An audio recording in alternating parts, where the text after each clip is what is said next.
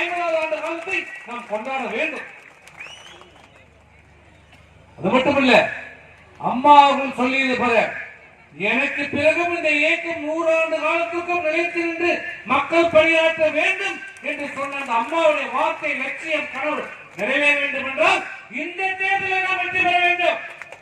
அதுக்கு பின்னாடி வர தேர்தலில் வெற்றி பெற தொடர்ச்சியாக வெற்றி பெற அதெல்லாம் கணக்கு இல்லை. இந்த தேர்தலில் வெற்றி பெற்றாக வேண்டும். வெற்றி பெற்றால்தான் இந்த அனைத்து இந்திய அண்ணா திராவிட முன்னேற்ற கழகம் நம்ம இந்த கலவீட்டை கழித்து போக முடியும். அதுல எல்லாரும் வந்திருக்கிற ஒவ்வொரு நிர்வாகியும், இங்க மேடையில உட்கார்ந்திருக்கிற நிர்வாகியாகட்டும், இங்க கீழே வந்திருக்கின்ற தொண்டர்களாகட்டும், எல்லோரும் மனசுல வச்சுக்கணும், இந்த இயக்கம் எம்ஜிஆர் தொடங்கிய இயக்கம், அம்மாவும் கட்டி காட்ட இந்த இயக்கம் அனைத்து இந்திய அண்ணா திராவிட முன்னேற்ற கழகம் நிலைத்து நிற்க வேண்டும் என்றால் இந்த இரட்டை எந்த மக்களை காப்பாற்றுவதற்காக இந்த தீய சக்தி கருணாநிதி திமுகவை அழிக்கப்பட வேண்டும் என்று தொடங்கப்பட்ட இயக்கம்.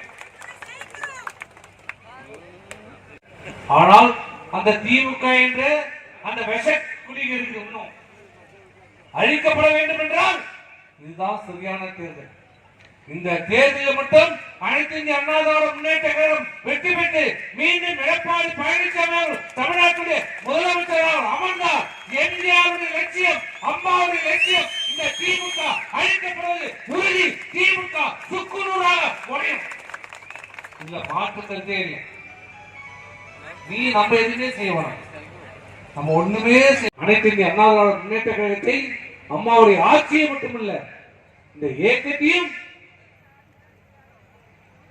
என்று பலர் கங்கணம் கட்டி கொண்டிருக்கிறார். ஆகவே தயவு செய்து வருகை தந்திருக்கின்ற நிர்வாகிகள், நான் வச்சு இன்னைக்கு நம்ம பேசுகிறோம், இந்த அழகை பார்த்த இங்க கீழே உட்கார்ந்து கோடிக்கணக்கான தொண்டர்களுடைய நிலைமை நம்ம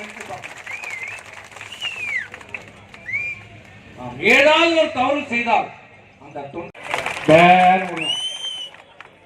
கனவுலே காலி பண்ணுவாங்க. நம்ம திமுக கனவுல கூட காணக்கூடாது. திமுக அவன் புள்ள, அவன் பேர, அவன் கூத்திய பொண்ணு, இதுதான், வேற யாரும் வரல. அதுக்கு தவிர்த்து வேற யாரு? ஆனா அண்ணா திமுக இன்னைக்கு யார்? கற்பழிப்பு, கொலை, இதுதான் நடக்கும்.